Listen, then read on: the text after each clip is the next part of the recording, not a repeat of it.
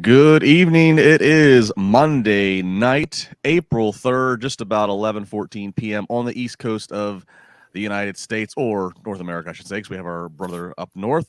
Hello, everybody. It is the Wrestling Inc. podcast as we are just wrapping up the Raw after WrestleMania, wrapping up the WrestleMania 39 weekend, and more to talk about. Is it all good? Is it all bad? We will dive in and dissect and certainly take your comments. Appreciate everybody here in the live chat or anybody else listening or watching after the fact on demand. I am Justin LaBar, alongside, once again, a great time last night. We'll do it again here tonight. Former WWE referee for over 20 years, coming to us from Toronto, Ontario, Canada.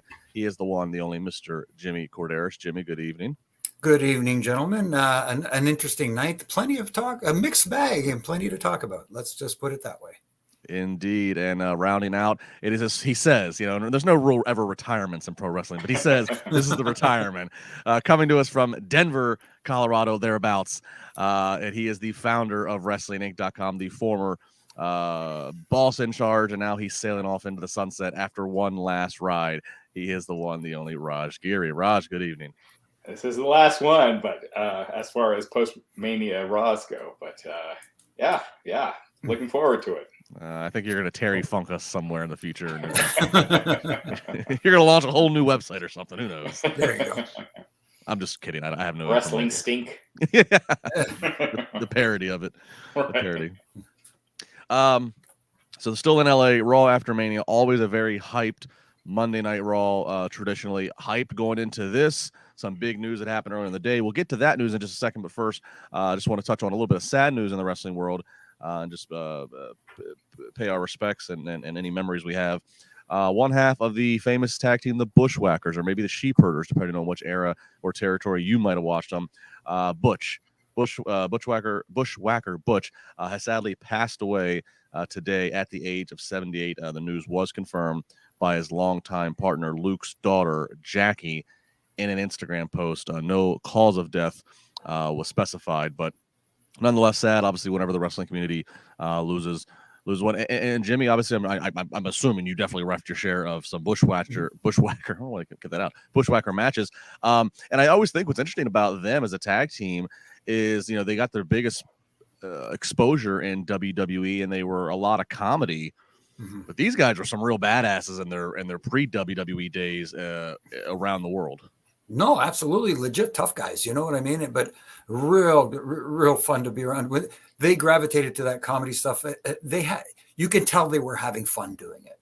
And as someone who has been, I hate to put it this way, licked more than he cared to by the Bushwhackers over the years, I did have a great time with it. And it is sad to see another one of them, our good brothers, pass.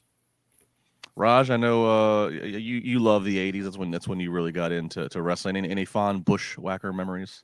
Yeah, I remember my first house show that I went to was Hulk Hogan versus Macho Man at the Baltimore Arena in it was the summer of '89, and the Bushwhackers were on the undercard. And I remember we had pretty good seats. We were near the front, and I would run up to the ringside area whenever the wrestlers would, the match would end and the wrestlers would come out. The Bushwhackers, when they came, I ran to the back because I didn't want them licking my face.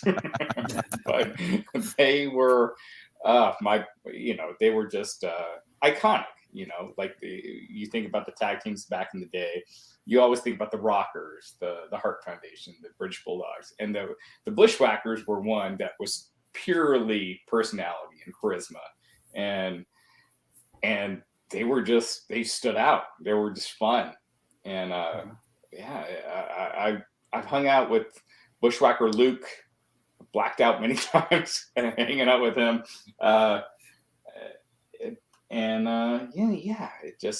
it's unfortunate to see these icons from that era, going on, but my thoughts and prayers are with Butch's family, Rob's family, and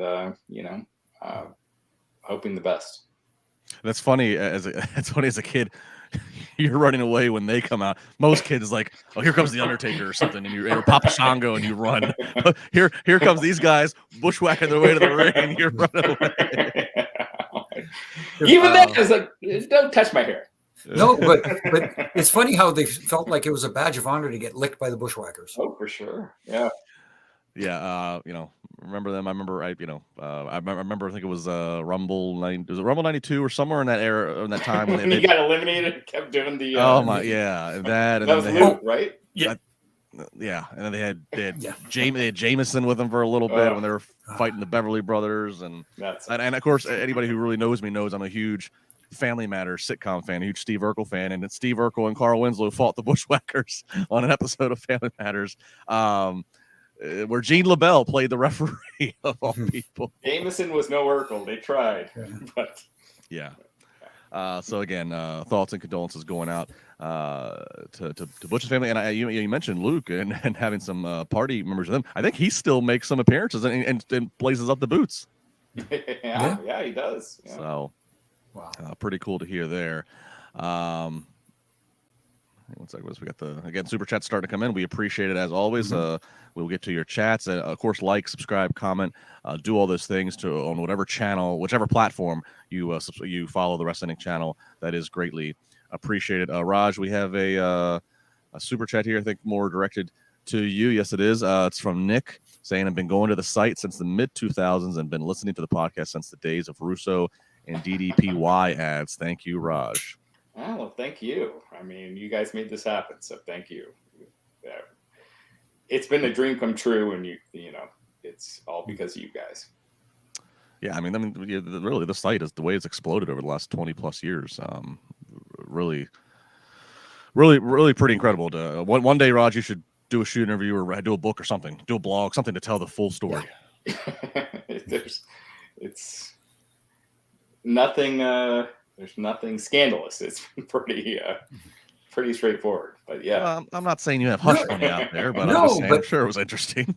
but that's good for a change. Yeah, you don't have to sensationalize it. Tell a feel good story. Positive Raj.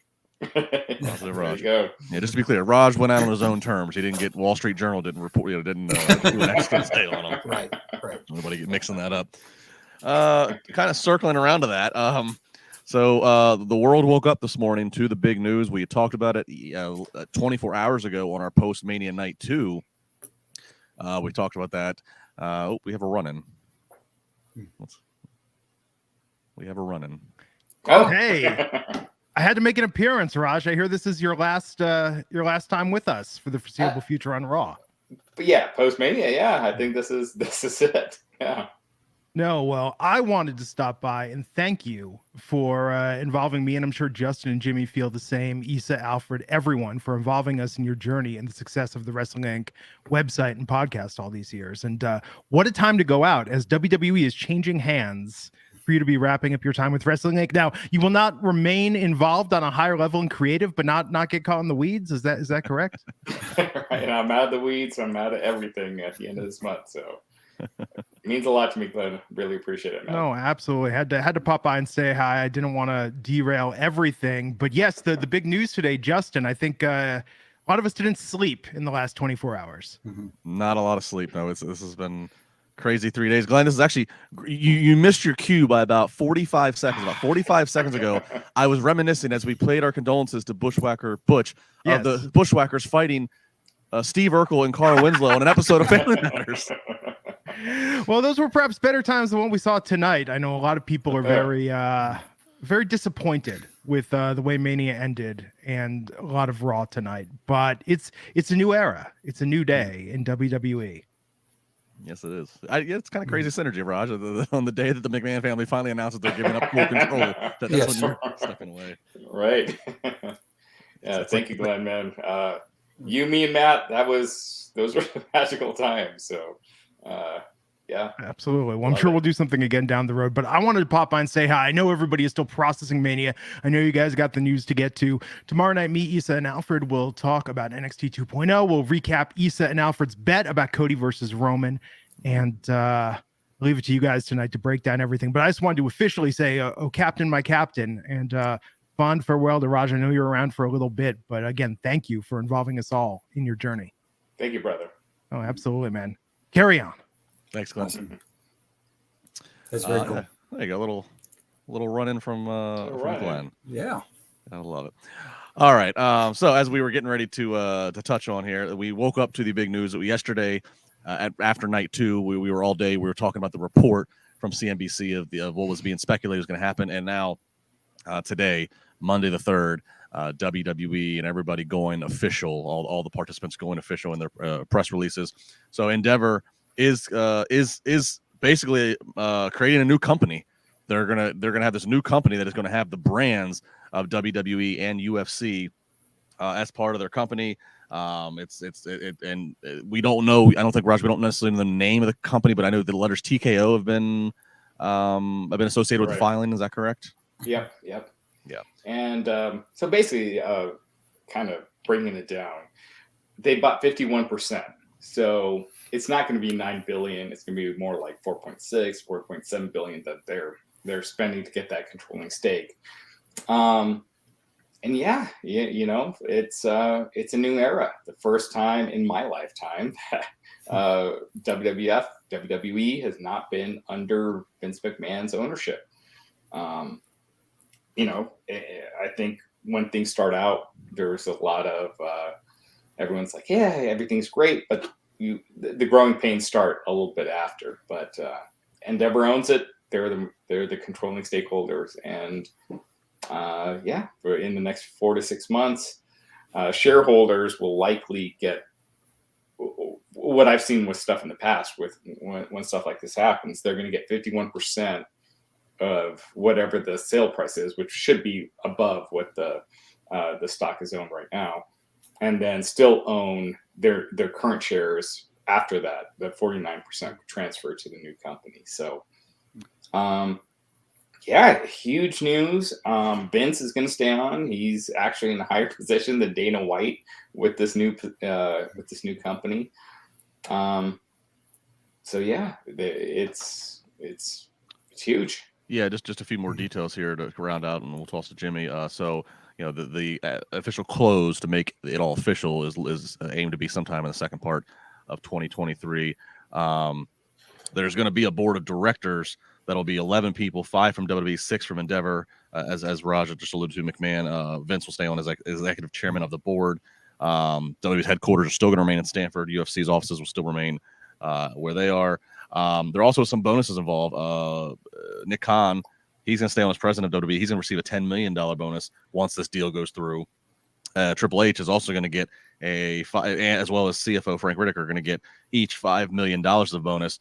Again, as I understand, of kind of like helping get the further work of getting the status and the performance of the of WWE up to where it is at this point, and also I think as a bonus to encourage them to stay around, to retain them.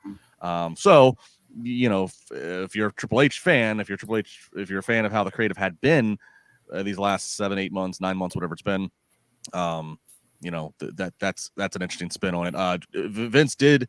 Him and Ari Emanuel, who oversees Endeavor, they did do an interview on CNBC. That's when this all kind of broke. And, you know, Vince was asked point blank about creative. And I don't have the exact quote. I'm paraphrasing here. But basically he said he answered it yes and no in terms of would he still be involved. He said, yes, he would still be at a high level, keeping tabs of what's going on and the direction they're moving in, but he would not be down in the weeds. Now, the down in the weeds comment is very interesting because if you are a bit of an encyclopedia on Vince's quotes in the last couple of years.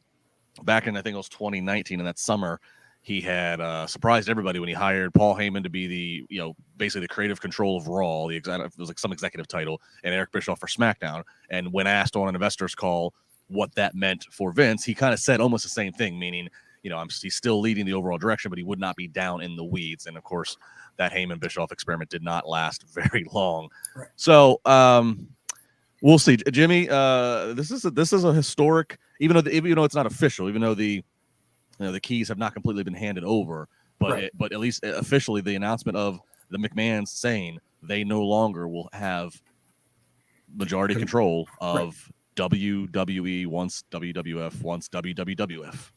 Right, and it is a little bit shocking, but this is the new era that we are in, the business world. It is after all the wrestling business, and as a publicly traded company, you're doing what you believe is best for all involved, not just yourself. Yes, you want to take care of yourself as well. And Vince has been great at taking care of himself and his family over the years, but you have to look after what's best for business. And moving forward, partnering up with Endeavor, it is sounding like a good move. And as we heard tonight, which we will talk about, it doesn't look like the wrestling side is, as long as Endeavor realizes that you have to keep the wrestling people that are helping this business move forward and growing it in their positions. Like, for example, in the creative department, where everybody talks about Triple H in the creative department, I think he's doing a wonderful job of, as we mentioned last night,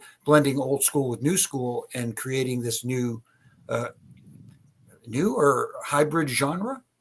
Yeah. For lack of a better term. So it's going to be an interesting transition. And until it fully happens, obviously people are going to be speculating and worried. And, there will be, unfortunately, some positions that will be, people will be let go. Unfortunately, that's just part of the business world. I hate to see that happen, but at the same time, it's interesting. Endeavor, Ari Emanuel said that he wanted Vince to stay on. He did not want Vince to ride off in retirement. That's what he's saying publicly. That he wanted Vince, that if he was making this purchase, he wanted Vince to be still involved as they move forward. In some day-to-day, week-to-week capacity. Obviously, he's going to be on the board, as we just noted. But I'd also have to think, like, again, if you're spending several $1 billion, you've done your due diligence. Long-term, Vince has obviously built this company to what it is. But you would also would want to take a look more micro, and I'd have to think you would see, since Triple H has taken over the creative, the boost they've had and what have you by those metrics. And also, again, you're spending several billion. This is the rest of your career, and then those behind you's career, and then the generation behind that. Vince is in his late 70s. You got to have somebody, so so that's why I kind of noted that $5 million bonus going into Triple H as again a sign of please stick around, because eventually there won't be a debate to have. Is Vince in charge? Eventually there's going to be a day like that. So, but interesting that the Ari Emanuel said that he talked Vince into not retiring. At least, again, that's the public line they're going with. At least for the time being, anyways. Sure. His contract is for how long? Another year or two? Well, his new employment agreement, he made it. So he's basically for life, the way it was structured. It's going to be tough to get rid of him. Okay. And we should mention that although WWE is a global company, they're partnering up with Endeavor now could really establish a firm footprint in the global scene. That's for sure. I mean, the thought of WWE and UFC being under the same umbrella, that's gigantic. That's massive. I've always said this about Vince. He's a genius. I think we all agree on that. But part of being a genius is also recognizing where you're no longer strong. And creative, he was no longer strong. And you saw Triple H take over, and ratings went up at a time when almost everything is going down. You see AEW, they're down double digits year over year. Raw and SmackDown, they're up. Why would he want to get back into it when things are going so well? That seems like, if you're a genius, step out of where you're no longer affected. Yeah, I would hope, Raj, that his explanation of he's going to be part of the big picture is he's going to be clued in, and he's going to he'll have a conversation and say, right, I think we can get 3 more months out of Roman or 6 more months out of Roman, and then ask Triple H, who do you think, hearing the direction, but ultimately, right, he's not involved with the Otis's backstage segment with the passing of mail. Yeah, and letting Triple H still put the flavor on it, and just keeping Vince abreast of, hey, so and so's hurt. This is the next person up that we're going to be going with, that kind of a thing. That's how I hope it shakes out. I hope so. I'll admit, this is way different, but when I sold Wrestling Inc., for the first couple months, when I saw the content going out, I had strong opinions, and I'm like, sending my feedback. I'm like, hey, this shouldn't be happening. We shouldn't be doing this, or we shouldn't be doing that.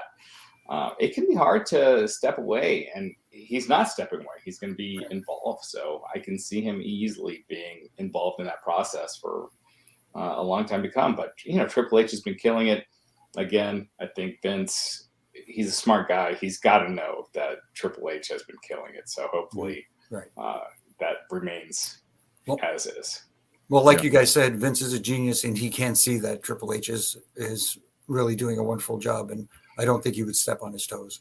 And not just because he's his son-in-law, but because, again, he's a good businessman. Yeah. Randy Hawkins, $5, saying with WWE becoming a stepbrother of UFC, WWE better not go pay-per-view after the Peacock's deal. I still want to watch Mania without going broke. I mean, I think that's an inevitable thing to watch, is how they are definitely going to, the Peacock thing's going to go on for a little bit here, but it's eventually that is going to end, and eventually they're going to get return on the investment. There's several $1 billion. They are going. You probably are going to be paying more for some subscription service to get all of the pay-per-views or something. Raj, I know you covered MMA for some time, and again, you kind of more the numbers guy. What is UFC's current structure to watch a pay-per-view event? It's ESPN Plus, right? Yeah, ESPN Plus. You can't buy it through traditional pay-per-view. You have to buy it through ESPN Plus. It's $80 a pop right now. Obviously, I think if WWE, if they ended up moving to pay-per-view, it wouldn't be $80, but I would guess, $50-$60 for WrestleMania at least. Look, Endeavor, when they purchased UFC, they took on a ton of debt that hasn't been repaid. So they have a ton of debt. And now, again, with this WWE purchase, it's 51%. So it's not $9 billion, but it's 4.6 in that neighborhood. So that's adding on to the debt. They're going to want a return on that investment. And that's going to mean like more content, more, wherever they can get it. And part of that is probably looking at, once the Peacock deal is up, charging for those pay-per-views. Now, it's going to be tough when you're so used to paying $5 a month or $0 for some people to go back to paying $50. But I mean, if it's WrestleMania, I'm doing it, right? Like, and Endeavor will get to that money whenever the new TV deal they get for Raw and SmackDown. That money will go to Endeavor, so that will be able to be put towards, as you said, getting rid of some of this debt, right? Mm-hmm. Yeah, but at best they're getting $1 billion, for a year. And really quick, just to let you guys know, up here in Canada, it's still the WWE network that you have to subscribe to on a monthly basis. So and other places in the world, of course, it's like that as well, which gets you the pay-per-views. I don't know if that will change as well. And maybe in the US, it goes back to being like the WWE network, if that is cost effective and cost friendly for them to make money. But like you guys said, I can see them going back to the former pay-per-view model, at least for the big 4 pay-per-views. They could label them that way and charge a premium for it.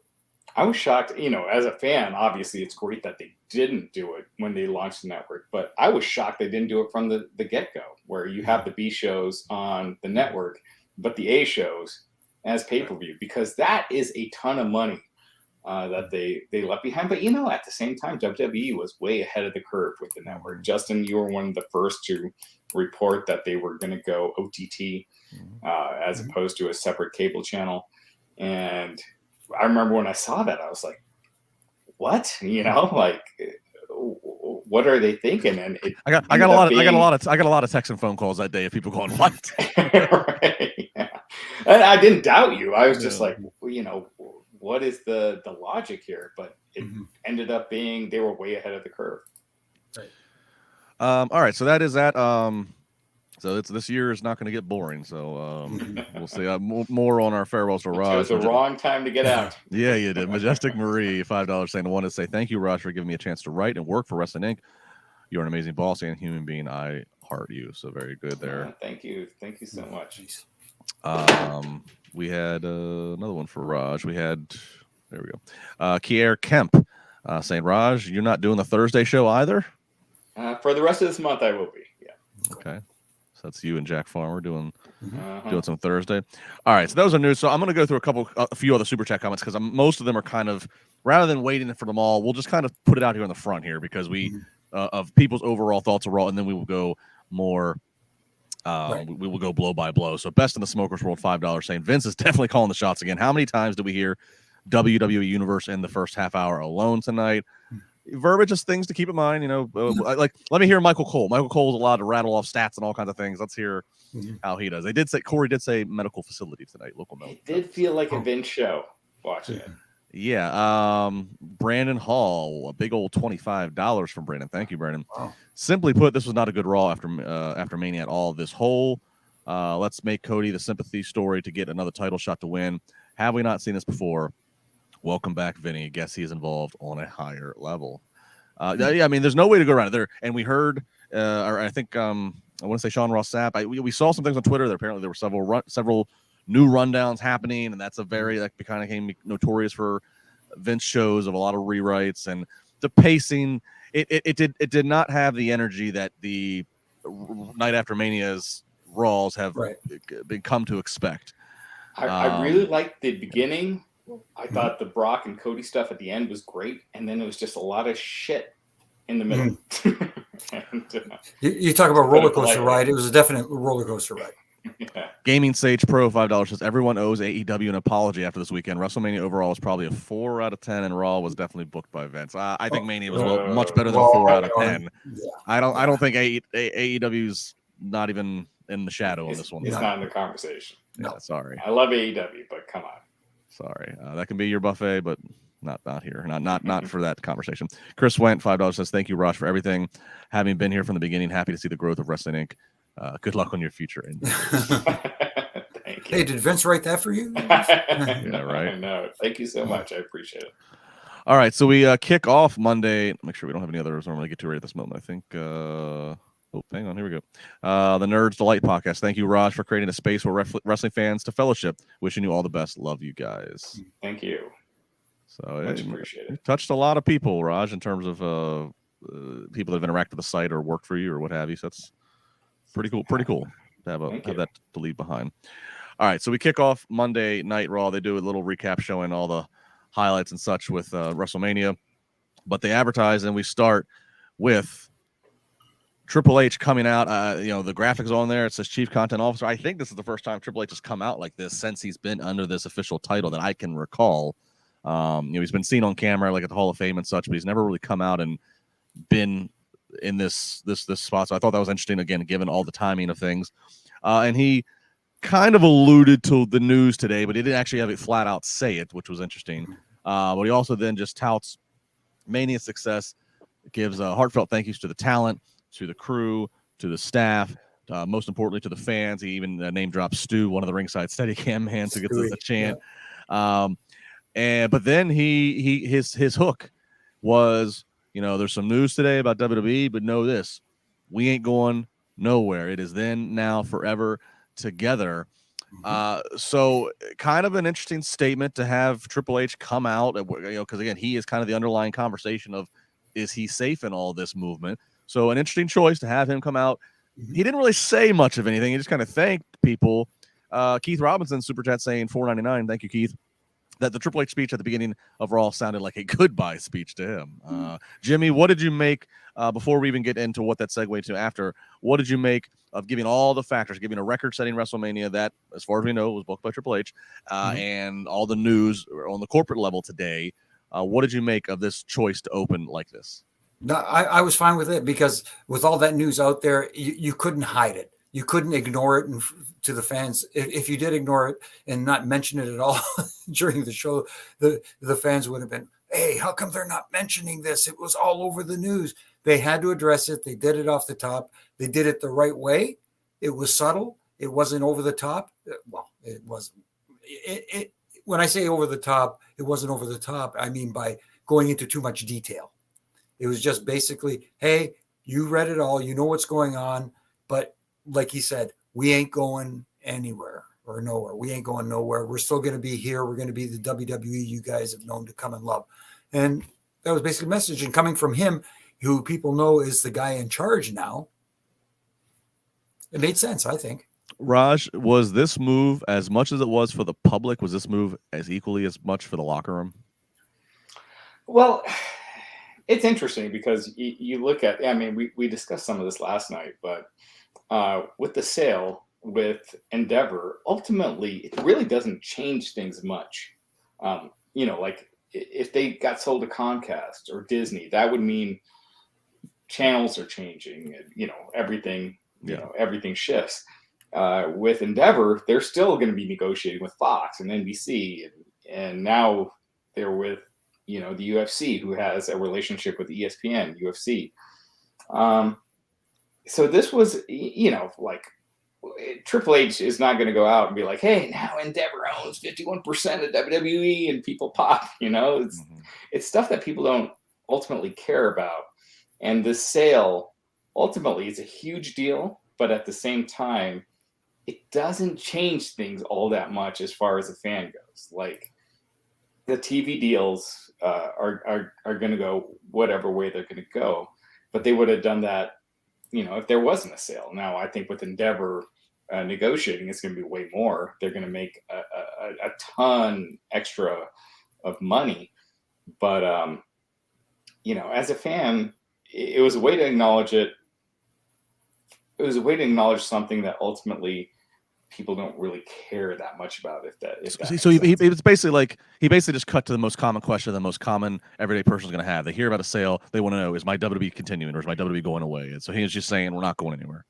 And also, is Triple H's position going to change? Because that was the big question I was getting all day, Right. And last night. And I reached out. I made a bunch of, I talked to a few people in WWE today. I have a few callbacks I got to do tomorrow, but basically Triple H's position is going to stay the same. Right now, all the positions are kind of the same. There's going to be a lot of overlap now. When you got the UFC and WWE, there's going to be, unfortunately, there's going to be a lot of layoffs and merging and things like that. But as far as the people on top, it seems like it's going to stay the same. Yeah. And big picture again, Endeavor and Ari Emanuel and the pool he has in the entertainment industry in Hollywood, Nick Khan the same way. I mean, this is going to really open up a lot of potential for WWE I know there's the tagline this weekend, but WWE's talent to truly go Hollywood even more with the opportunities that they might be getting out of this. Absolutely. I mean, bundling UFC and WWE together in negotiations is gigantic. And Yes. And granted, the timing is a little off. WWE, their TV rights are up next year. UFC with ESPN is up in 2025. WWE and Peacock is 2026. But at some point, they're going to find a way to bundle that package, and that's going to be just a massive, massive deal when they do it. Yeah. I don't know what we got super chat here by Puppet I'm not sure. $2 from Creighton Figures, movies, props. It's $2 in there, I guess. Well, as not sure there. As Triple H finishes off that, he says, "Now help me acknowledge someone, help me welcome someone," and out comes Roman Reigns, 946 days, and he shakes Roman's hand as the two cross paths.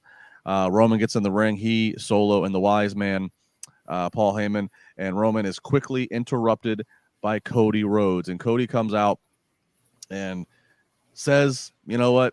Yeah, you might have been the better competitor," and keeps looking at Solo, acknowledging the shenanigans there. But he goes, "I had you, and you know it. You know I had you. So I got one thing on my mind, one word, and that's rematch." Wants the rematch tonight. Paul Heyman says, "No rematch." Rattles off every event, saying it's not going to happen tonight, not going to happen at Backlash. He names Money in the Bank. He names SummerSlam. He names everything, saying that's not going to happen. So then Cody says, "Well, both of you are here, and I basically took on both of you. Why don't we at least do a tag match? Let me get something out of this." To which Paul Heyman responds on behalf of Roman Reigns, saying, "We'll give you a tag match, but just so you know, when you're finding a partner, any partner that chooses to side with you will never get a shot at the world titles as long as Roman Reigns is holding them." And just as being that is said, cue Brock Lesnar's music, a real holy crap moment here. Not expecting Brock to come down, and as Corey Graves quickly explains, it's kind of a fun loophole because when Brock lost to Roman at SummerSlam last year, the stipulation there was if he loses, he doesn't get any more title shots at Roman Reigns. So kind of Brock is immune to this this caveat that Paul Heyman presents. So there we go. Brock gets in the ring, standing side by side with Cody Rhodes, and he is advertised now for a main event match. Can't remember last time he had a match on Raw, tag match. We're talking 15. You know, it's crazy. So that is the main event that they are promoting to. Jimmy, how did you think the transition from Triple H into Roman Reigns? This is obviously the number one story people want to see, is to follow up with Reigns. What did you make of how they did this to set up for the night? I like the setup. I like that they took their time with it. I like that Cody came out and, he acknowledged he put Roman over, but at the same time he said, I had you, alluding to the ref bump and getting him, and all that sort of stuff. But having Brock come out was a big surprise and caught a lot of people off guard. As soon as his music hit, you heard the crowd pop. And so they were into it, and they, and of course there's going to be the smart ones out there who say, I knew what was going to happen and blah, blah, blah. You may have had a thought in the back of your mind, but you didn't know for sure, but you were curious and you wanted to find out. And that was the beauty of it. You wanted to go and see how, when they do this, can they coexist every week? This was a real genuine, everybody going, can they coexist, or is there something going to happen here? That's the feeling I got anyway. Yeah, Raj, I mean, we knew that the idea was that Cody's going to maybe have a partner here, and you start thinking about partners. You start thinking, you can do some fantasy booking, but Brock was not on anybody's list that I saw. No, I mean, Brock has never had a tag match since his post UFC run. Still hasn't, technically. He still hasn't had a match on Raw. His contract is unique because he's on a per match deal, so he can do 10 minutes of him getting physical, beating somebody up, getting beat up. That doesn't count as a match. Him beating Kofi in 10 seconds, that's a match. So it's an interesting deal, and that's why you don't see it. I don't know his current deal. I'm assuming it's the same thing because we haven't seen it. Yeah. Brock is special, right? Like he comes out, it just means something different.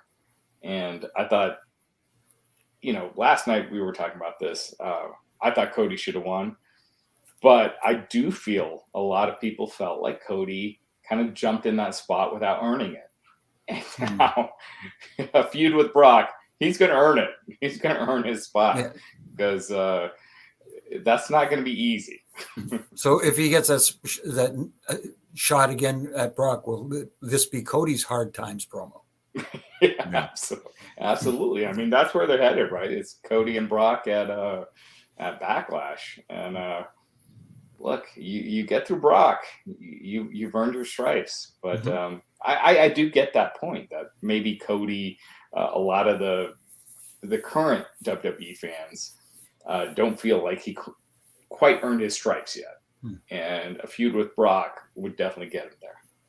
So obviously we've alluded to what's going to happen here later on. We'll save it and we will get to it and we'll keep linear. But yes, stay tuned as we will talk more about how this night, this night after Mania Raw ends. Another super chat from Matt McGee saying thank you, Raj, my guy, $5. Thank you, Matt. That's much appreciated.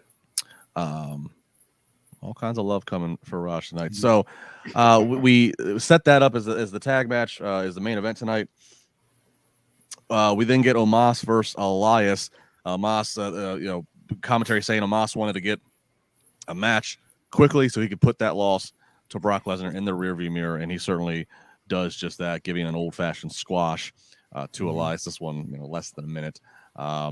Omos squashing Elias, so WWE, even though he lost to Brock, still sticking with the Omos project. And Raj, I'll say this again. I know we talked a little more about Omos this past weekend after his match.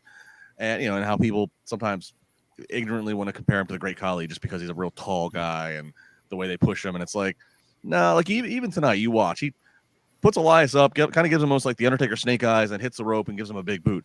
That takes some athleticism. That's a motion that Khali didn't do and wasn't able to do. Like Omos has got, I think, more than what some people want to give him credit for. What's your take on Omos? I don't think we got to talk to you about him because that was on. Right. No, I guess we did. I guess we did talk a little bit about it. But I mean, give me your take on the picking right back up where they left off and having him squash Elias.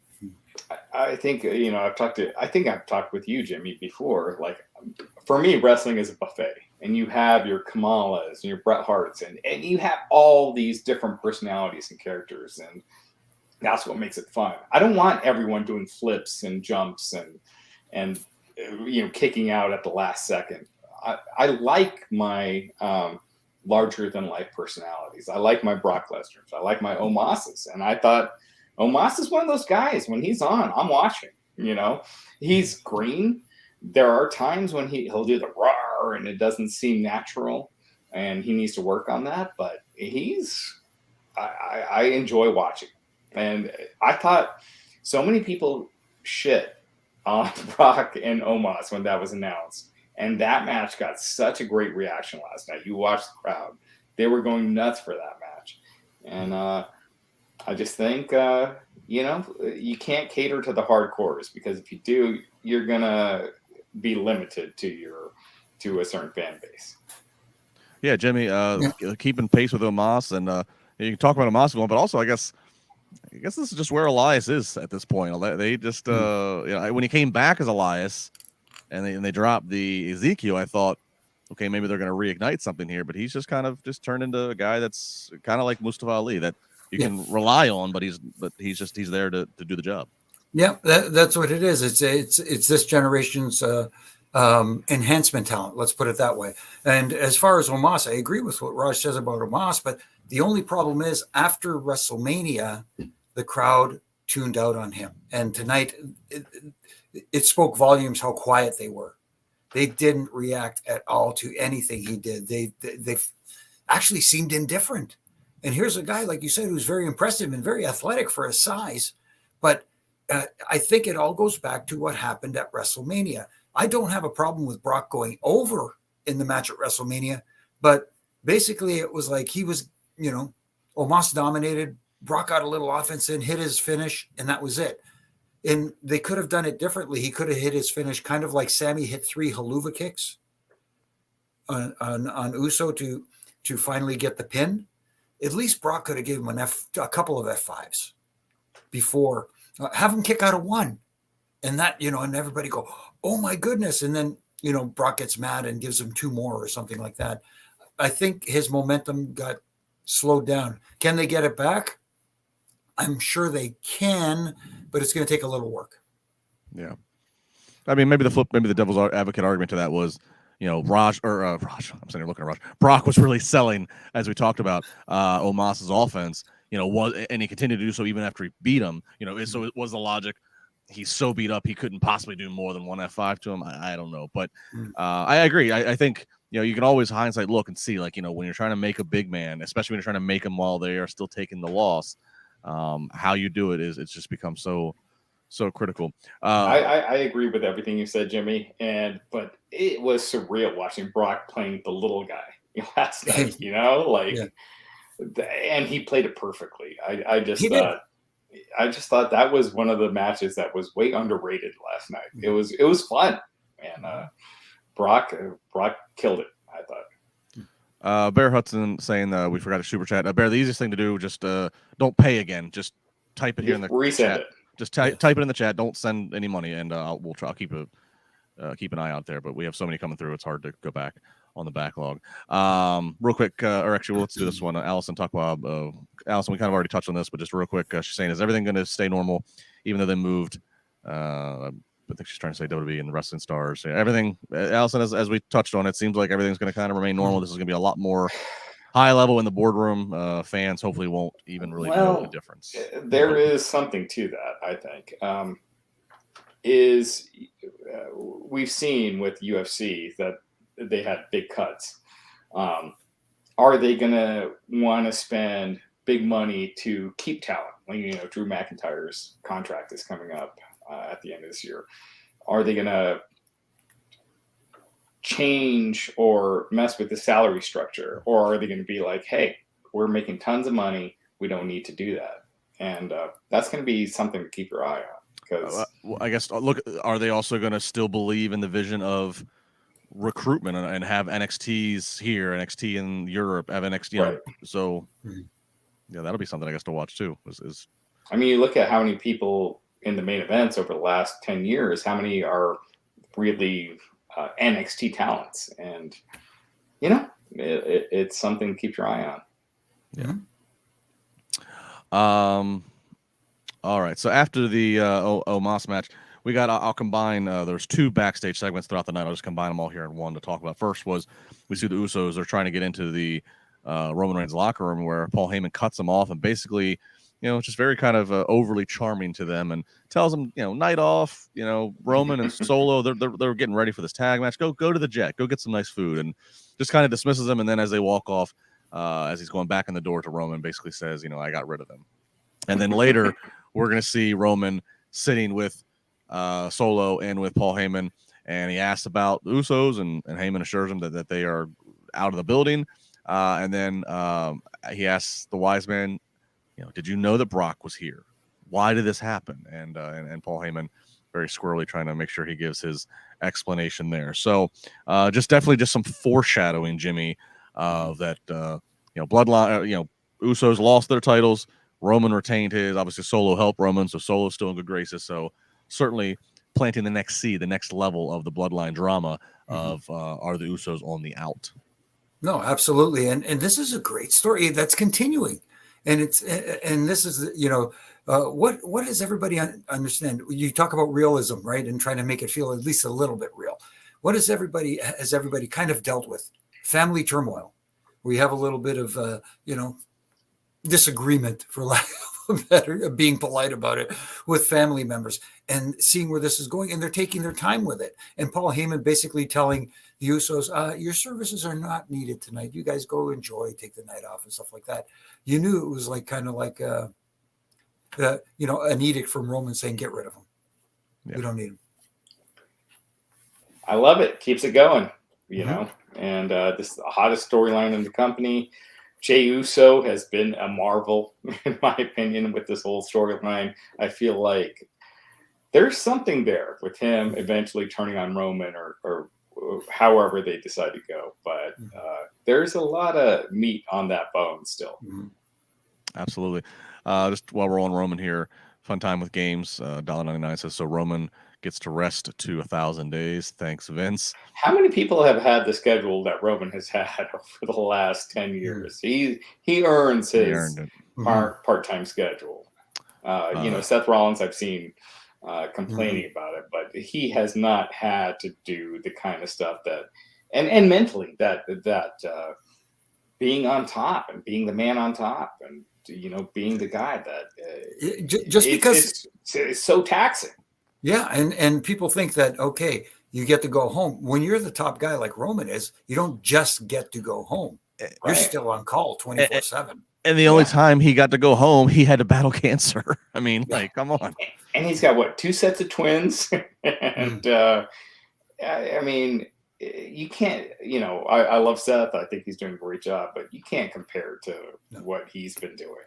Yeah. Brian Barry saying, I think Bray's next for Roman. Bray was, again, no out of sight, out of mind this weekend. Matthew Teal, $5 saying, in the opening segment, Heyman listed a ton of places, as I had said, that Rhodes would never get the rematch, but seemed to intentionally stop short of naming WrestleMania 40. That is interesting. That is true.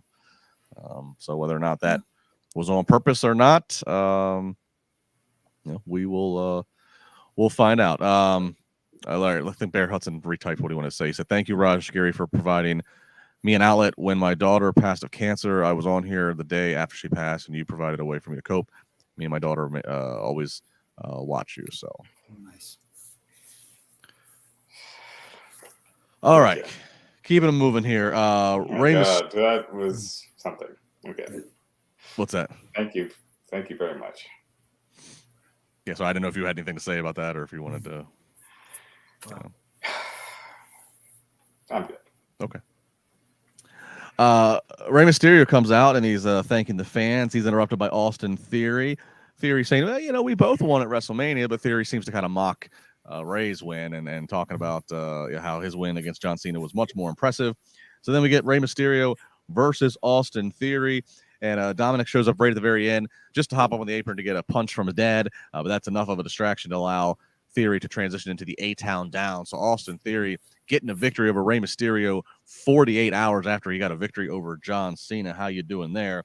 And then we get Dom and Damian, beat down there. Then they start eyeballing Bad Bunny, who's sitting front row and who was announced earlier. He's going to be the host of the WrestleMania Backlash event, which is going to be in Puerto Rico. And so they start Dom starts getting in Bad Bunny's face, and fists start getting thrown there. And then Damian Priest comes over. He flings Bad Bunny into the ringside area, choke slams him through the announce table. So I don't think they made it official because I believe they said that Bad Bunny went to a local medical facility, maybe a separated shoulder or something. Right. But all booking eyes would point towards this being the tag match as one of the semi-mains, and fittingly so with Bad Bunny and of course Damian Priest being Puerto Rican, and then just bringing in the entire culture all together with Ray and Dom and the whole story here. Raj, I thought in a Raw where we thought there's a lot of and a lot of fluff, this at least was a lot of business got done here.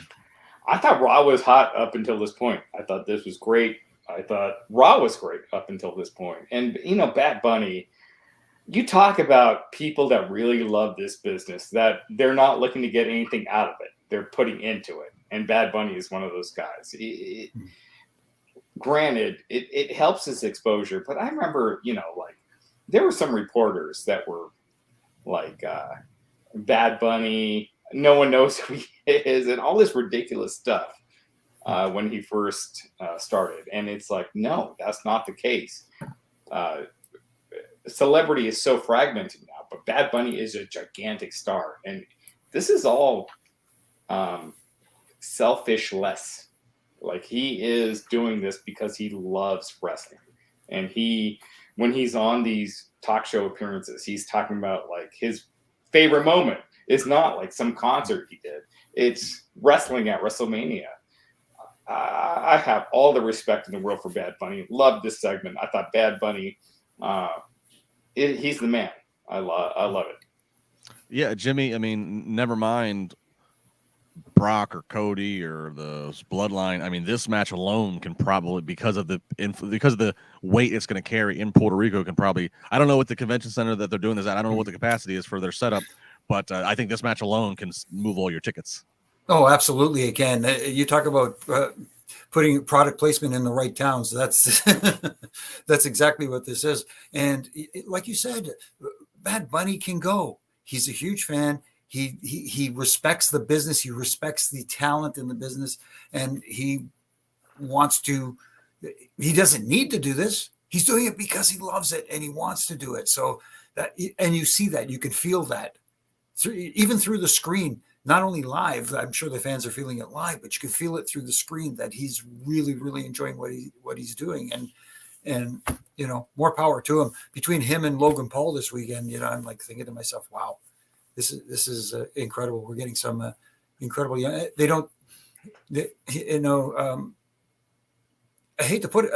This isn't the right way to put it. They don't deserve to be this good without putting in, you know what I mean? This without putting they should have had to pay a lot more dues and work a lot more towns to be as good as they are on the big stage of Mania. Something like that, yeah. That's what I was trying to spit out. That wouldn't come out quite right. Yeah, Pat McAfee Snoop, as well.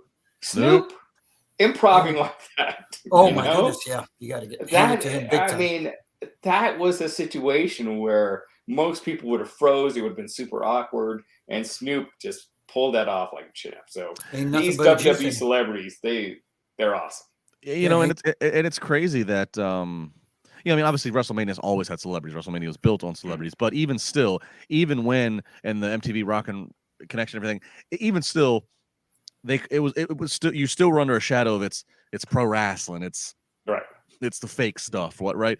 I mean, yeah, you'll get into some corners of conversations with people in bars that are ignorant. They don't know and they haven't seen things, but it's pretty incredible when you have the influencers like you have. Whether Bad Bunny, one of the most streamed artists ever, McAfee, who's got one of the most viewed talk shows daily, Snoop, who's a musical and entertainment icon, Logan Paul, who right now, again, we might not be in his demo, but you can't deny the numbers he has. I mean, it really does say something about when you have the top echelon of all different genres of mainstream culture. For fun. They're getting paid, but you can always tell when a celebrity is a legit fan and when they're not. Like Pamela Anderson, no, she wasn't. No. She hated being there. It was just like cringe. Who was the guy who was like, who's that fella in the red and white blue tights? When they did the King of the Ring. King of the Ring 94 in Baltimore. Oh, His go-to comedy. How much does that guy weigh? Drew Carey. Speaking of, anyway. Yeah, but The then art you get right. The decision to give Hetman a live mic. that's how desperate they were back then. Yeah. The King of the Ring 94, and it's like, and they clearly, it's so funny because like And Gorilla Monsoon, that my friend is Lex Luger. Yeah, and like Art's guy that he picked was Razor, and like Razor goes to the finals, and you can like if you listen, you can clearly like see them trying to cut him off before he accidentally says that Razor's going to win it. Didn't you tell me Razor's going to win this whole thing? or didn't you tell like it ends up being Owen I think that beats him, but it's like. I don't know how they ever thought to give him a live mic on live pay-per-view on a tournament. And things like that. It's a big difference between where they were then and Bad Bunny now. Yes. All right, moving on here. We get KO and Sami Zayn. They celebrating their new tag team titles. And they say by celebrating, let's have a good fight. And out comes the Street Profits, who always want that smoke. And so we get what I think is a pretty fresh tag team matchup because KO and Sami haven't been together in a while. So to have them up against Street Profits, lengthy match, couple segments, but of course all four of these guys can give you that. It's going to end when with a stunner and a haluva kick to Montez Ford by each KO and Sami. So KO and Sami, of course, their first match. They're going to get a victory. I don't remember if the titles were actually on the line, but regardless, they're not going to. I don't think they were. Yeah, but not going to be losing. And I should also make mention too, KO and Sami. It's what it means to be holding a title. Win Saturday. They then stick around at Mania Sunday to be involved in that main event run-in at the Roman Cody match. They then get flown to New York. They are on the third hour at 9 a.m. Eastern time on NBC of the Today Show. Then they get jetted back to LA to be back there for Raw tonight. So, and the same for Bianca Belair too. She was part of that media junket to the Today Show in New York. So, Raj, life of being a champion in this day and age when you win it at Mania. Any thoughts here about the Street Profits challenging and taking a loss? No, just kind of the same thing. I see Montez and I look at him and I'm like, he's going to be a single star at this point next year. Yeah. That's about it. We're starting to see that in a lot of tag teams where one guy is standing out more than the other. And you're right. I think Montez Ford is a special athlete. And I thought it was a good match. It was a good match. It was a good win for the new tag champs, getting over the way they did, and against the team that's credible to some extent. So I thought it worked. And Angelo Dawkins, he's great. Just Montez has that it factor. Yeah. Yes. It's hard to pin it down, but he has that. Yeah, and like you said, Angelo Dawkins, especially lately, has been really impressing. And you think to yourself, maybe he's feeling the pressure and says, hey, I got to show these guys that I can go too. Absolutely. So, good showing by all four guys as a whole. I get back to some super chats. Again, back to Raj here. CD for $4.99 saying, Raj, you'll be missed. I hope to hit the links with you. Please read between the lines and figure out which company pal J&J you guys figure out which Colorado. Oh. Yeah, maybe figure out where you guys are gonna. I don't know. Where you guys gonna play in Colorado? And then J&J, you guys will rock this. Yeah, we will. I think we'll have Jack Farmer back with us next week. But some golfing invites there for Raj, and then Bear Hudson with another super chat saying referring, I believe, to his daughter, who he'd said a few minutes ago passed. Said to him, when she passed, this podcast helped me cope and grieve. This podcast is how I became a girl dad. So from one father to another, thank you for the laugh. So very nice comment. Amazing. God, thank you so much. Yeah, very nice. I cannot imagine. So yeah. All right, up next, head scratcher of a segment. We get Seth Rollins backstage talking to the interview, and then decides he needs to take the celebration into the ring. And he goes into the ring. We'll go through Gorilla, they follow, and then he gets to the ramp, and then we go to break. So I figure, okay, we'll come back and we'll get some kind of conflict or something with somebody. When we come back, he's just standing in the ring with the entire audience doing the symphony thing to him, and then he leaves. Yep. Nothing more to be said at this time. Do we have hard-hitting analysis for this? I mean, I don't know. I'll say this. Oh, sorry. Go ahead, Jimmy. No. Sorry. No, it's tough to analyze. Yes, I think it was intended to show that his entrance alone is over big time, and basically Seth saying, "This is all I need to do to get over." Yes, I don't know what else can you say. Who does? I mean, if he is obviously remaining a babyface, because you're not going to take that. You know, like you said, you got the fans that will do his song, so you don't just walk away from that right now. I guess I'm curious who he works with next. What heel they feel would benefit the most from him. I gotta say this about Seth. He's one of the guys that super ultra talented in the ring. He can, he's so good. His character, I don't get it. To me, it just feels like he's acting the whole time he's out there. Whereas you look at a Roman Reigns, you look at a Brock Lesnar, you look at MJF, all these other guys that are at the very, very top, they feel like they're their character. Whereas Rollins feels like he's putting on a performance. Like, hey, I got to play this role. It just feels phony, but it's working. And it's one of those things that just because I don't get it, doesn't mean it's not the right thing to push, because he's over. Right. So good for him. It's working for him. It doesn't make any sense to me. I find it cringeworthy. But I kind of, it's working. No, Raj, I kind of agree with you. Like, and I talked about this, I think, with you early, a while ago, whenever this started, over a year ago. Like I said, it has like this Joker kind of feel that he's trying to, but right. It felt like he was acting. Like you said, I don't feel like, all those other guys you named, that is an extension of who they are. This, I don't think when the one that's always the tail, the sign to me is when he does the ha ha ha, when he tries to do a laugh, it sounds so. But I mean, I guess the credit I'll give to him is he leaned into it with the fashion. What he said, like that became kind of one of the things he leaned into. It's like, okay, how crazy can the wardrobe get? And yeah, the fans have called on to that thing in the song they decided to add. And so I guess you run with it. But but I feel you. It's like he's so talented in the ring. But it's like, what would be the true extension of him? Would it be that he's like CrossFit guy? Because isn't that like his deal? He's like, I mean, I guess what's the extension that he would bring, to an in-ring character? I thought when he was with the Authority, that was a good extension. Like I thought that was peak Seth Rollins to me personally. I agree. Yes, yeah. Being Triple H's hired corporate gun, that kind of just prickish, but also normal. Right. Yeah. Somebody else who kind of a little bit in limbo and kind of said as much. Bobby Lashley backstage talking about being frustrated, says, as much of an honor as it is to win the Andre the Giant, he was just frustrated not to get to be out there at WrestleMania. Bronson Reed cuts him off, talks about, being a pupil and this and that. And, Lashley says, you want to go now? And Bronson says, not tonight, but seeming to foreshadow that's going to be maybe Lashley's next mini feud. But then Mustafa Ali comes in and says that Bobby just needs to think more positive, Ali. To which Bobby Lashley then proceeds to drag Mustafa Ali again out to the ring and quickly squash him using the Hurt Locker for the finish. Jimmy, Bobby Lashley, we talked about, didn't get a Mania match, probably supposed to be with Bray.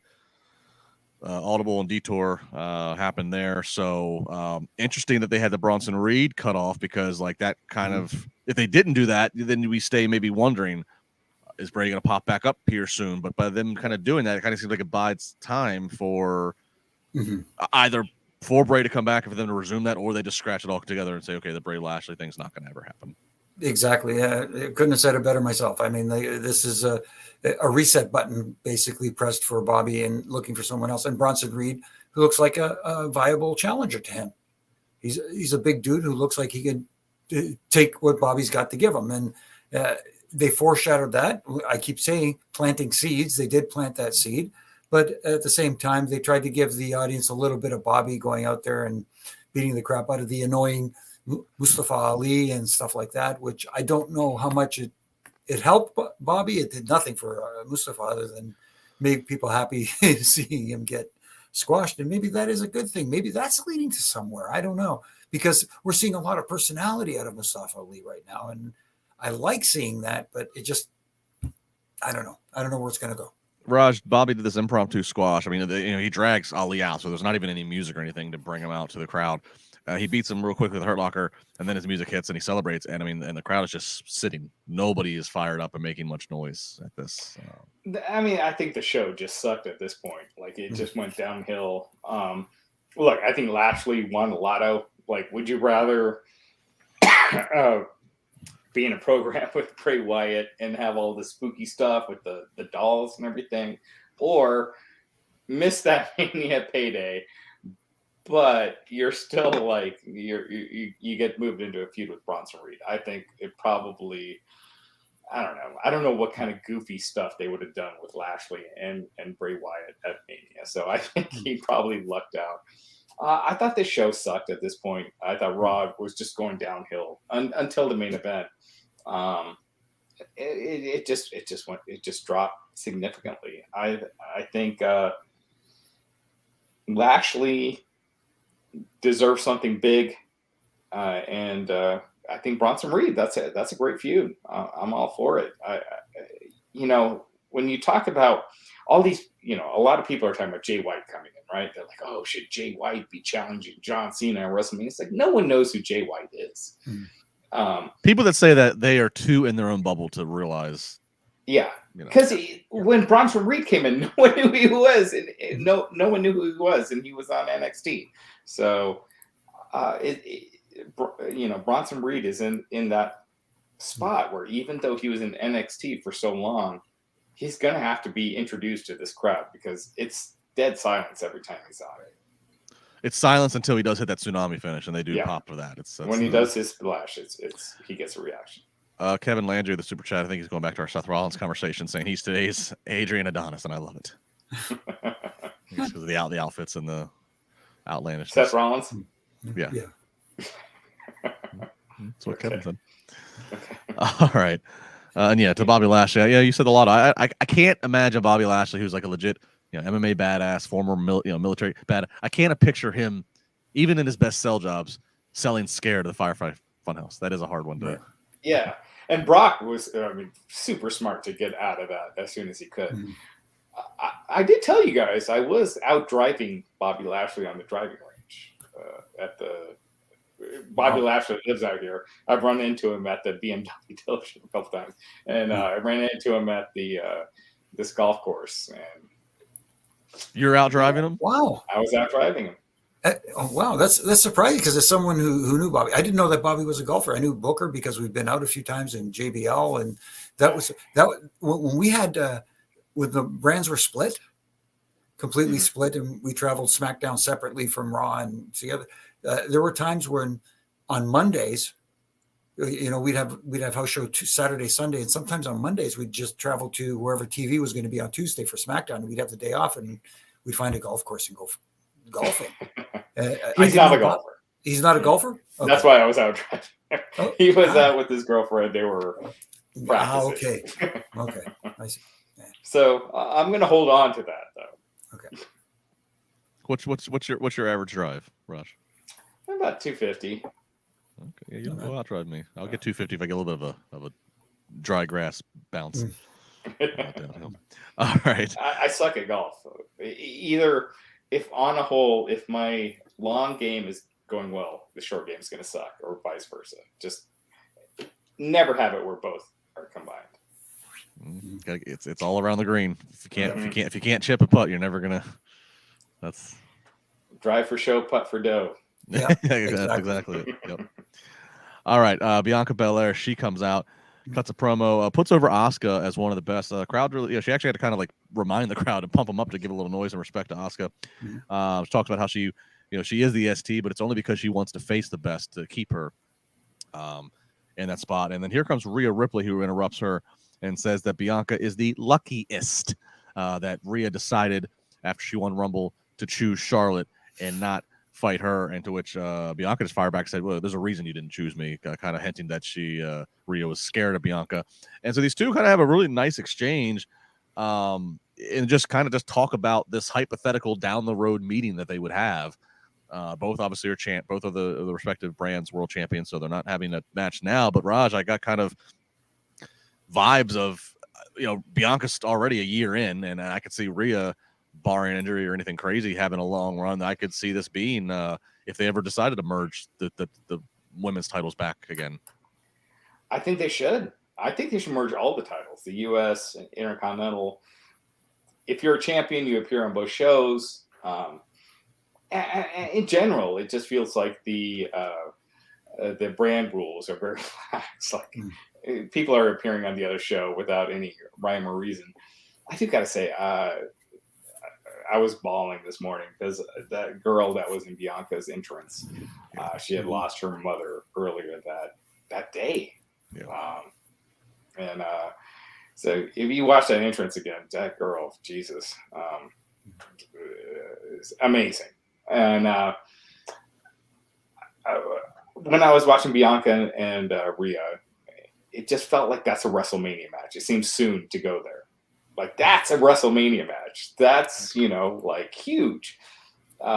Bianca's on another level. Rhea, you want to talk about Triple H and the talent that have really been given an opportunity to shine. And Rhea is one of those. Rhea, LA Knight, Dominic Mysterio. There's a ton, but Rhea is at the top, and she is on another level right now. And that is a WrestleMania match. I hope they don't do it too soon. Yeah, Jimmy, I could easily see Rhea and Bianca as a main event, as a big time match for Mania 40 next year in Philly. If they wanted to go around to that, Raj, I don't mind actually them having one world champion in Roman, but I do like the fact they have a US and IC title, so that way those titles can kind of be like the top title in each brand week to week that's being featured. The world title's not there. And they've done a great job of building both those titles that were neglected for so long back up. So there, Jimmy, any thoughts on Rhea and Bianca here? And this again, the trash talking and just the hypothetical. I'll see you down the road. No, I loved it. I love the interaction. I love that, calling her the lucky EST, the luckiest, and the whole interaction was done really well. And it, again, I hate to say planted seed. This more than planted seed. This planted an idea in people's heads going, boy, do I really want to see these two women go at it? And take your time, let it fester, keep them separated for as long as you possibly can. And every once in a while, have them cross paths. Yeah. And, and all it has to be is a simple, as they cross paths, it's like one day, and then you can build it. If it's not a full year till next year's WrestleMania and you want to do it, what's the second best time to do it? SummerSlam in Detroit. Yeah. So, but give it time. And like I said, be subtle about it at first until you really want to, hammer it home. And like you said, this could actually main event. A night.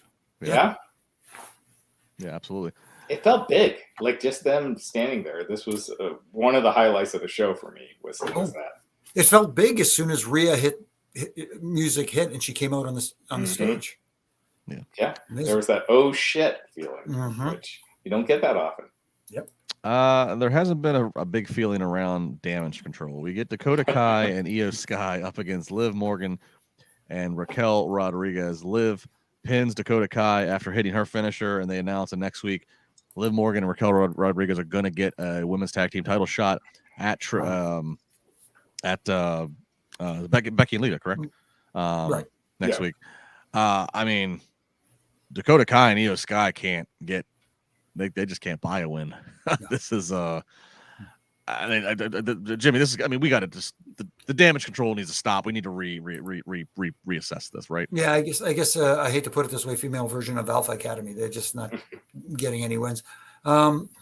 It's time for Damage Control to go their own separate ways. I just find it interesting that here you have a babyface team like Liv Morgan and Raquel Rodriguez facing another babyface team like Lita and Becky next week, and it seems to be an ongoing theme across the board, not just in WWE, everywhere, where you don't have the clear babyface and the clear heels. You just putting hypothetically big matches together, or matches that you think people want to see.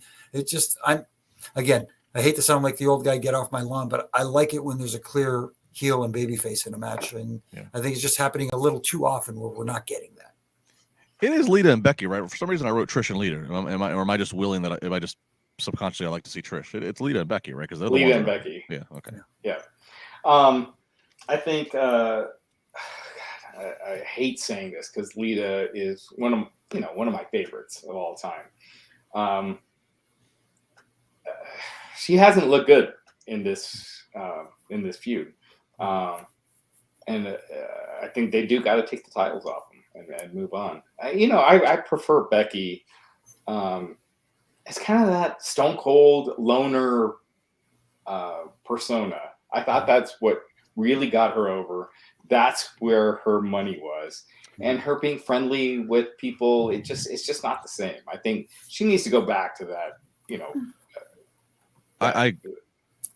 I agree, and I think just kind of piggybacking off what we just talked about a second ago. I think if you can get Becky elevated back up to where she was at the height of the man, you get her even causing a little controversy on social. Get her pushing some buttons.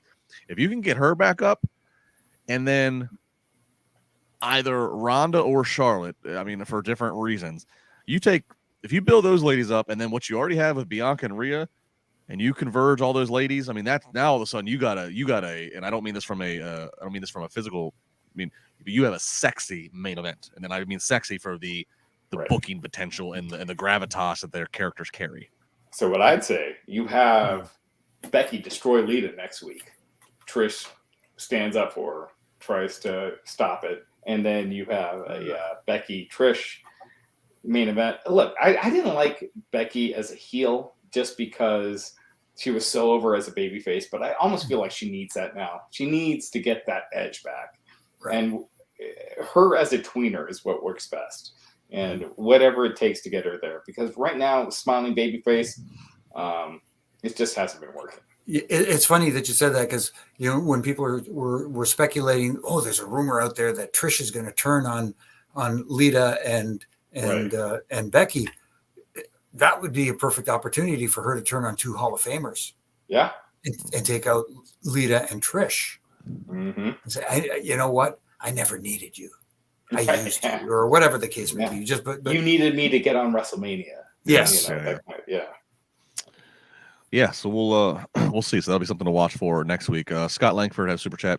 Canadian dollar says Rhea versus Bianca for an Australia card. Yeah, I don't know if they have any lined up, but they could seem to be quickly expanding their big events internationally. So something to keep. But at that point, though, Scott, just to be fairness, I think again this is big enough and appropriate enough for a Mania. You could put Rhea up against almost anybody for Australia because she's Australian, and it would do what you want to do. You could put her, so I don't necessarily think you have to do that on what would probably be a secondary show, secondary tier, live event. But that would likely be a stadium show. So yeah. I would think. Yeah.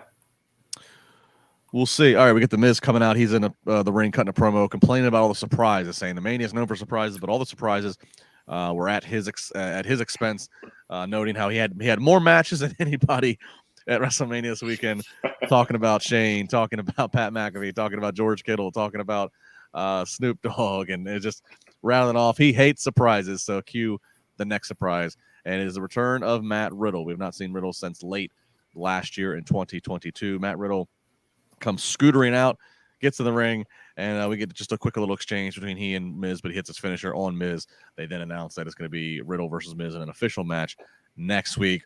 Raj, Riddle's an interesting one. Obviously, they wrote him off in an angle at the end of last year. Anybody following Wrestling Inc. and some of the news and chatter on social, Riddle seemingly dealing with some personal things to overcome. He looked good tonight physically. He had this big smile, so hopefully they've done their due diligence and he's in a good place, ready to go. Did the Riddle surprise hit a positive note for you? I was surprised it's taken this long. I do think Riddle is in that spot where it's tough to put your faith behind him. As if I was in management, I would have a hard time putting my faith behind Riddle, personally. I think Riddle's entertaining. RK Bro was freaking awesome. But yeah, I mean, it is what it is. I just don't. I think there's a ceiling for him until he can really show that he's got his shit together. It's almost regain their trust, basically. Yeah, and Jimmy, it's almost like, I'm sure you don't have to name anybody, but I'm sure you've seen superstars over the years that kind of had to go through this, kind of like a once you've rehabilitated off the screen, you now need to rehabilitate on the screen to management, and it's almost like you need like a year to prove to them you can stay out of trouble, you can stay healthy, you can still deliver at the level that your peak level that we've seen you at. And he's an interesting one because he's a former UFC fighter. And so just in all the news of us talking about, we put such focus to Brock and even Ronda, but here's somebody else who's got UFC credibility that eventually their paycheck's going to be, now, assigned by the people that run that. So Matt Riddle coming back. What are you looking to see? Because it seems like RK Bro is something we're not going to get a payoff for as Randy Orton remains to be unknown right now. Right. The unknown status of Randy Orton puts that on hold for now. But, putting him in there with Miz was a nice little move because Miz is just a master at helping get these situations over, regardless of who's in them. He's just that darn good. And I'm glad to see it as being the guy who got kicked out of the locker room, had to change in a broom closet to becoming what he has become today. And one of the most underrated top heels in the business right now. Miz is awesome. And I just, like you said, Justin, it's going to take a little bit of time here before they can, fully put their backing behind Riddle. Yes, they're giving him an opportunity to reestablish himself, but he has to also prove himself at the same time. Yeah, and I want to go back to the Miz for 1 second, real quick. And before we do, I've seen a lot of people in the chat tonight. They're saying no NXT call-ups or listing other people, like that didn't show up, that didn't return. Remember, SmackDown still is this Friday. It's still the first SmackDown after Mania, so there's another half a storyline. So there still is chance for some reset of returns or debuts. So just keep that in mind. Let's talk about the Miz real quick, because I feel like actually the Miz was actually involved in so many big segments this past weekend that we said his name, but we focused on the surprise. We focused on whatever. And Jimmy, and you especially, because the Miz broke into WWE when you were still working there as a ref. It started with he's hosting Diva Search challenges, and he's the guy from from MTV's Real World. And I don't know if you, or maybe you remember, do you remember about the year it was when he got famously kicked? He wasn't allowed to dress in the locker room, and around that time, how was he in dealings with people like yourselves, with the refs, with the people that you should be respectful to everybody, but especially veteran people like yourself? How was he to deal with? Was he as brash? Did he come off as brash as he apparently did to the locker room vets at the time? And sorry to jump in real quick, but Chavo recently just said he stuck up for the locker room, saying that Miz deserved everything that he got. Chavo Guerrero. Yeah. Okay. Yeah. No. He was wasn't the friendliest person at first. Once he got schooled a little bit, let's put it that way, he became more approachable. He started to understand that, hey, this is a business where we work together. If we want to make money, we have to work together to make money. I'm not better than any of you. Nobody's better than anybody. Maybe in a talent standpoint, but as a person, we all respected each other. We all got along together. We all tried our best, and there were conflicts backstage. Not everybody can get along, but you learn to work with each other. And you learn to try to at least ignore the little things that piss people off. When Miz pissed somebody off, he didn't care. And then once the hammer came down, it was like, oh boy, okay. And then he started to understand how, yes, there is a certain level of respect I have to show to these people. Yeah. So he wasn't showing the respect until not at first until like I said, the hammer came down and he got banished from the locker room and couldn't change with the rest of the boys. And I was there that day too, and happened to witness it firsthand. And I went, "Oh, this is not going to be good." And like I said, he it's not that he treated me bad. He really just like, hey, you know what I mean? Instead of saying hello, how are you, shake your hand like you do, customary. You walk in the locker room, you shake everybody's hand. He was just, yeah, how's it going? It's almost like he became a bit of a star from MTV. It's where you think you've already made it, and you don't realize you got to start all over. And especially in something like pro wrestling. Is the story out there? What exactly happened that got him kicked out? Let's hear it. Because we Well, were it was JBL's the one that kicked him out, right? Yeah, but it was I was walking in the locker room with a fellow referee, Scott Armstrong, a real, you talk about somebody who earned respect in this business, the Armstrong family. So we're walking in, and there's Miz eating some fried chicken over, in the locker room over a bag. And I didn't realize it at the time, but that was Scott's bag. So he's eating it over and stuff's falling in there. And he says, so Scott looks at him and goes, hey, make sure you get those bones and stuff them in the corner of the bags and make sure you get them deep down. Like he's really like, and Mrs. is like eating the chicken, going, yeah, whatever. And Scott goes to me, I'm going to kill him. So I said, Scott, come with me. And then, everybody got word, and Benoit, JBL, the locker room, and all of a sudden, next thing you know, get your stuff, you're out of here. And anybody who worked with them, well, let's just say we're a little snug for a little while. Sounds like it could be worse. Good thing it wasn't the Steiners in the 90s, I guess. Jeez. Yeah. Yeah. So that probably would have been probably 06 then? 06, no. Early 07? Well, I mean, Benoit, he passed in 07s and so 04, 05? Yeah, maybe it was just after Tough Enough when he. Oh yeah, so Roger's right, probably a little earlier, 04, probably time. Interesting. Well, he's certainly, the Miz is a Hall of Famer, a future Hall of Famer. Anybody that debates that he's a future Hall of Famer. Absolutely. He's certainly been both on the screen and the ring, and then we talk about the demands of the media, whatever. I mean, he's the guy they can always throw out there for the media, and they can rely on to hit the mark. He's someone you could tag in anytime. Yeah, someone in the comment section here, Jose, it was not Benoit's bag. It was Scott Armstrong's bag. And Benoit was sticking up for Scott Armstrong. All right, so Jimmy with the historical clarification was there. The facts. Good. There we go. The facts right there. All right, so we'll watch Miz and Riddle next week on Raw. All right, so main event time. So we kind of alluded to it, but let's go ahead and give it its details and its just due here. So we get Roman and Solo come out at their entrance. Then Cody comes out. Then Brock comes out. There's no titles on the line here, but they do give us what they normally do for title match introductions, which is everybody gets in the ring and then we announce them all in the ring. Obviously, this was done to give the opening that we needed here. They introduce Solo, introduce Roman, introduce Brock, and then as Cody is being introduced, his back is turned. Brock just comes and F5s Cody.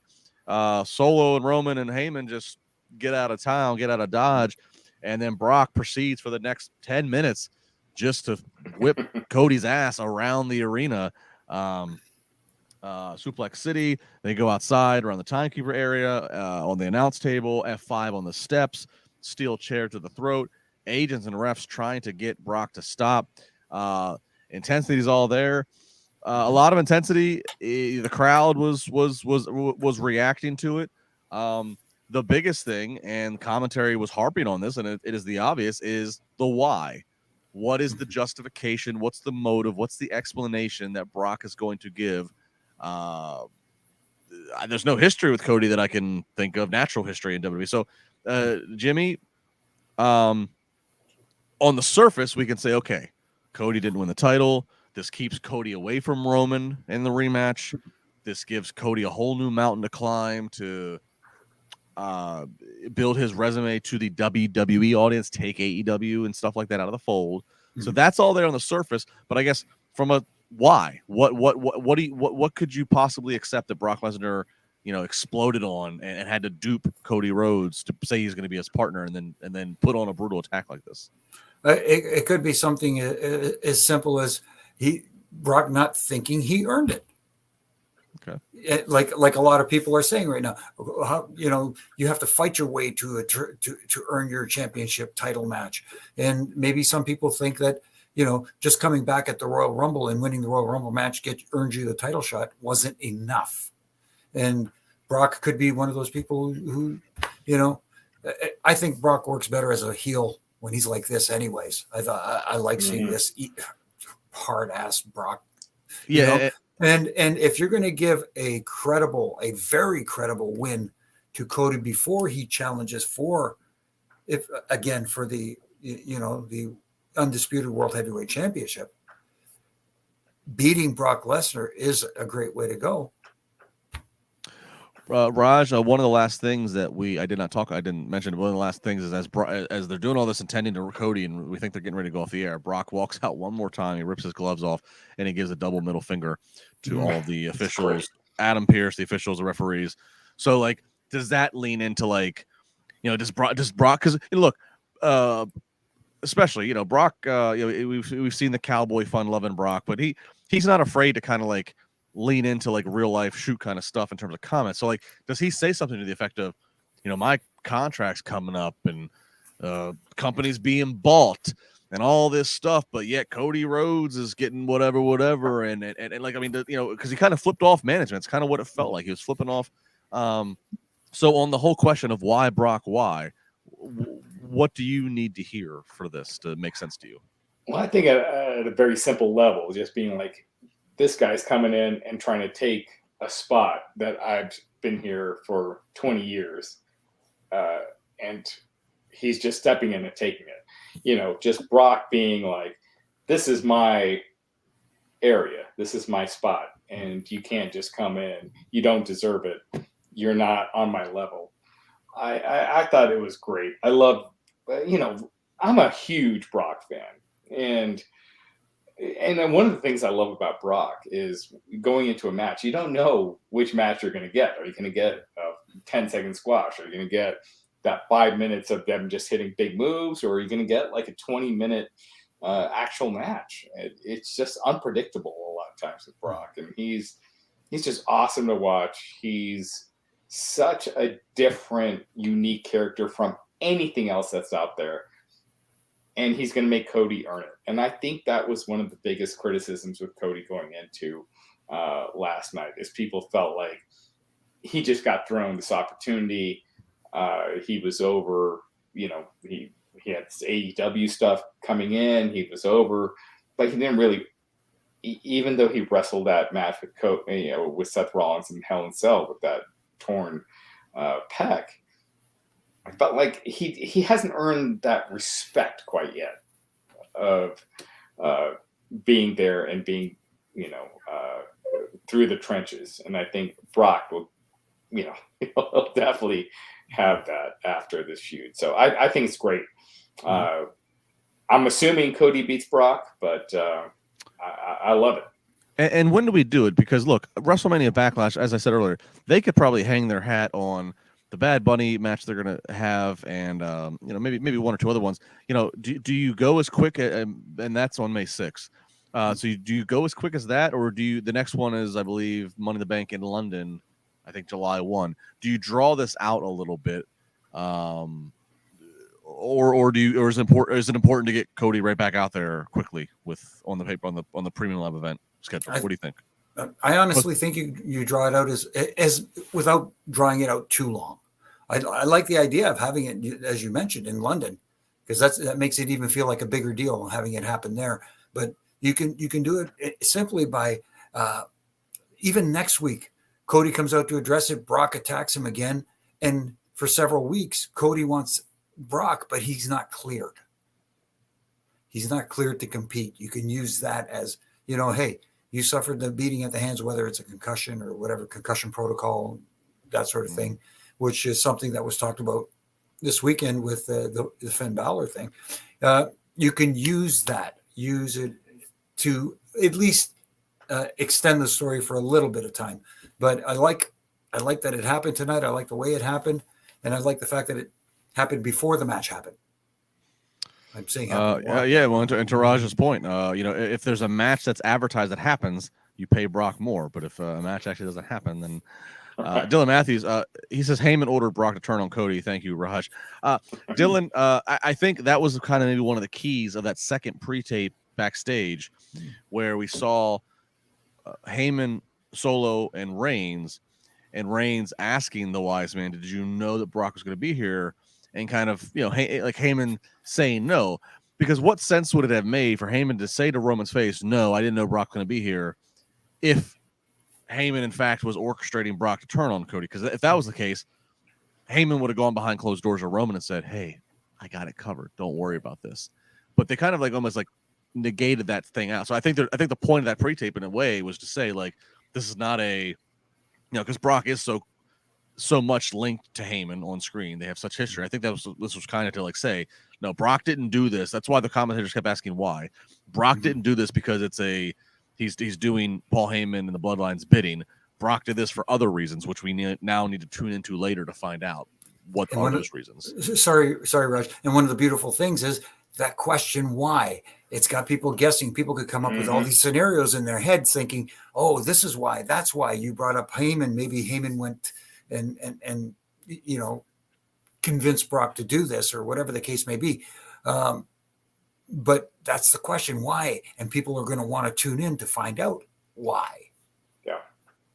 Yeah, I think this is I think there's a lot of ways you could take the story. I think there's a ton of possibilities. I do think this is a huge match, but the fact that they started it tonight, I think the match is going to be a Backlash. I agree with you, Jimmy. Like this should be at a bigger, Money in the Bank or, one of the stadium shows. Saudi Arabia shows too. Yeah. But the fact that they're starting it so soon and with the short attention spans that people have nowadays, I just get the feeling like this is going to be a Backlash. But short attention spans. What did you just say? Sorry. Sorry, old man jokes. What can I tell you? Hey, I'm full of them. Yeah, if you believe Edge used to call me the king of dad jokes. So whatever. I had a good one. All right, we'll do it off air. It's really bad.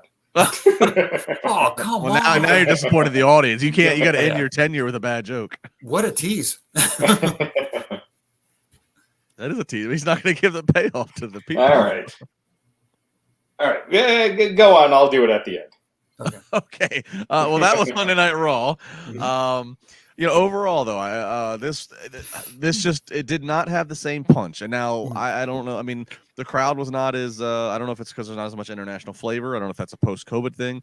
I don't know. But the crowd was not as into what and some of what they were being given, as we talked about, was just not very exciting. This did not have. I tweeted earlier, and I will go back and my tweet did not age well. I tweeted earlier today after all the news that came out about the future of the company's ownership. I had said, man, this Raw tonight has the potential to be one of the biggest Raws that we've ever seen. Maybe even dating back to the Raw in March of 2001 when they purchased Nitro. Like this could be, depending on what could happen tonight, this could be, and that was not the case. That was this Raw.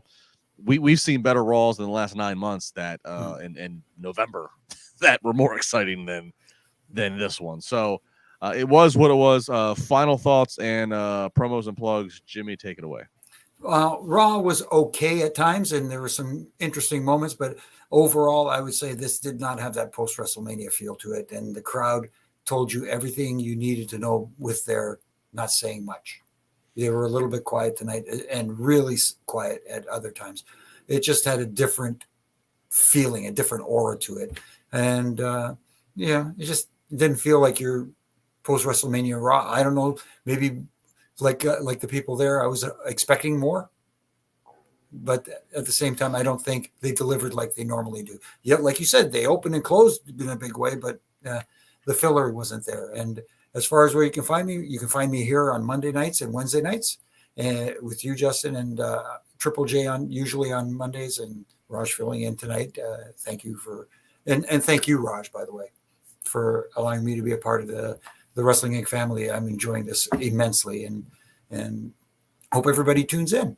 And you can also find me on my social media platforms doing my ref and rants on a daily basis from Monday to Friday, having a little fun critiquing, not trying to tear down, but trying to help tighten some screws. And obviously you can catch me now on Wednesdays with my good brother in stripes, Brian Hebner, where we talk reffing it up. All right, so I'm going to go next because I think it's only appropriate to let Raj have the final words of this podcast. So I'm going to go next. At Justin LaBar across all the socials. I'll be back Wednesday with Jimmy and maybe an amped up Issa for Dynamite. Follow me across socials. Friday mornings on Busted Open Radio on Sirius XM. Tonight's Raw, certainly, I think overall it did disappoint. There was some business that got done, but it did disappoint. But I think there are some things we can look at. Like, okay, as we said, here's why you do this with Cody. what have you. But so we need to let the story play out. But it is definitely an exciting time to be a fan of WWE, or even fan, critic, podcast, or whatever, because there's so much going on. So all that said, I want to give thanks to Raj. I haven't really actually said thank you to him on here or even privately via text or phone call. Never. I haven't. And just real quick. So, from like 2010 to 2017, I was with another wrestling website for a long time. Did a show that I was really proud that I built up as much as I could with my brand, and just the nature of business in the corporate world. Things changed in the corporate world, and was cut loose from that. And it was within a couple weeks. And Raj and I had only ever spoke maybe a few times just via email for one topic or another. Had an okay rapport. I didn't have any problems with you, but we didn't know each other. But I had reached out to you and had some ideas just to kind of continue what I was doing. And we had a phone call. It was really good. We did that show for a little bit longer until it kind of ran its course for me personally. Well, not because of anything you directed me to, but I was like, all right, we're kind of done here. But just coming over to the wrestling family gave me a whole new lease on covering pro wrestling life, because that then morphed into doing this podcast with all the wonderful people here, with you, with Jimmy, with Matt, with Glenn. It's kind of gave me, and I can honestly say that was late 2017. Here we are in 2023. I'm still doing it, still very happy, and it's been a great experience, because it has been with the same wrestling website that I consider to be extremely credible, extremely ethical, and just well run, well presented in terms of its user experience, and it's been such little drama.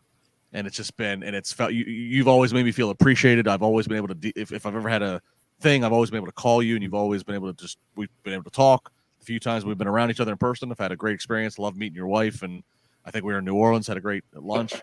So I just want to say, shots at the, yeah, well, I'm in New Orleans. It's just part of the, when in Rome, it's part of the damage. You didn't know that you signed that up when you took me on, but really a big thank you to you, because what you managed to do as a single person, as a single entity, to make the website that you did, when I've seen other corporate ran companies who are stealing Peter to rob Paul to get things done, I think it's pretty commendable what you've accomplished. So thank you very much. Stay in touch. We do have to golf somewhere in the country, wherever we cross paths again, no matter if we're not doing wrestling stuff. But that's all I'm going to say. Thank you. Raj, you had the final words, and we'll end the podcast. All right. Well, thank you all. First, I wanted to say, with the weekend, I thought WrestleMania Night 1 was one of the best nights of wrestling I've ever seen, as far as combining spectacle and wrestling and just everything. It was perfect. WrestleMania Night 2, it's hard to live up to that, but I still thought it was a solid night. I thought Raw tonight, good first hour, good last 15 minutes, but in the middle kind of sucked. And then, Justin, that means the world to me that, what you said, you too, Jimmy. When I started this site back in the day, I never knew what it was going to be. It was meant to be something to get me a job. I was like, I'm going to make a website, and then it's going to be on my resume. And it turned into something that I never expected. And the relationships with you guys, Issa, Jack, Sean Ross Sapp back in the day, Mark Middleton, Ryan Clark, is just so Joshua Gagnon, Kelly, Hulette, so many people that it wasn't by myself. It was so many people that busted their ass that got the site to where it was, and it's just been a dream. It's surreal to kind of be stepping away from it, because the majority of my life has been a part of the site. I'm going on 47. I spent 27 years with the site, so it's going to be an adjustment. It's going to be weird. It's scary too. I have no idea.